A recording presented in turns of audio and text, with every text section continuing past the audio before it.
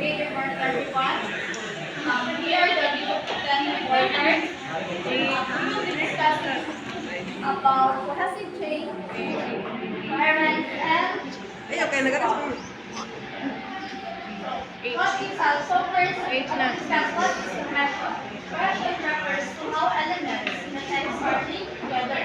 It ensures a logical flow and productivity. Cohesion alone does not guarantee the result. Cohesion is refers to how the elements are linked together. It means that cohesion is how the text are connected to make the sentence flow smoothly. And it is important because it is important to help the sentence easier to read and understand. For example, Anna went to the market. She bought apples. While the number two is Anna went to the market, apples were bought.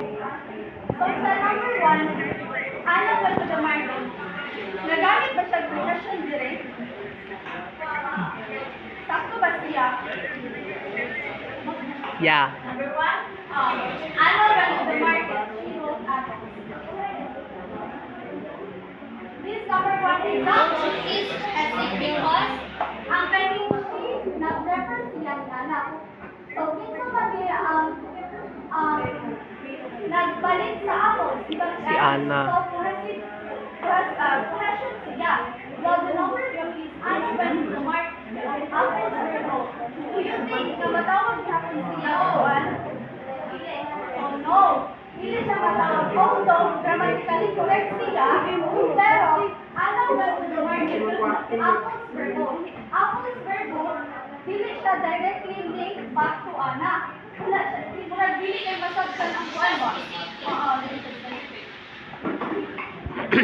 next is, so now, cohesive change. Cohesive change are change connections in a text during direction. So, pag familiar mo ang change? Yeah. Isa change. Kadena. Kadena, diba? Diba? Ang kadena is sumpay-sumpay man na siya. So, technically, ang cohesive change create connections. Murag na sila connections para ma-link ang words, ma-create siya kuan ba ang isang sentence.